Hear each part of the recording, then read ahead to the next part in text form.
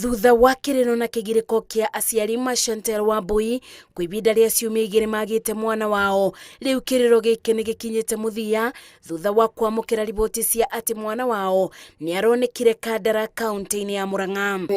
Chantel alipotea date 16, tukaendelea kumtafuta tukamkosa.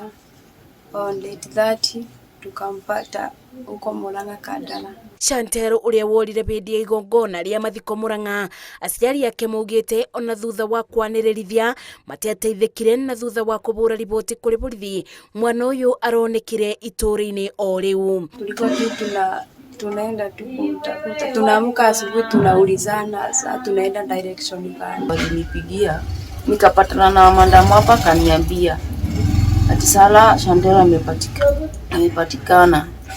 Mimi nilifurahia, alafu hiyo siku yote hiyo usiku tukakuja hapa, lakini hakukuja, alikuja the next day. Magitariria gikeno kiao aciari ya maugite matirariaga kana kunywa otiga kuboya, na riu maboya maya ni masoketio. Mimi naweza sema inakuanga uchungu sana ukiwa mzazi, kama umezaa mtoto umemlea amefika umri kama huyo, ameenda shule alafu unasikia amepotea.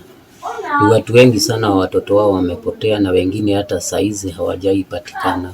Maugite marona ta kwari na mubango wa mwana wao kuyo, no ende morite thirikari kuoera ikinya aria maratabanicie koici na gutiga aciari na maithori.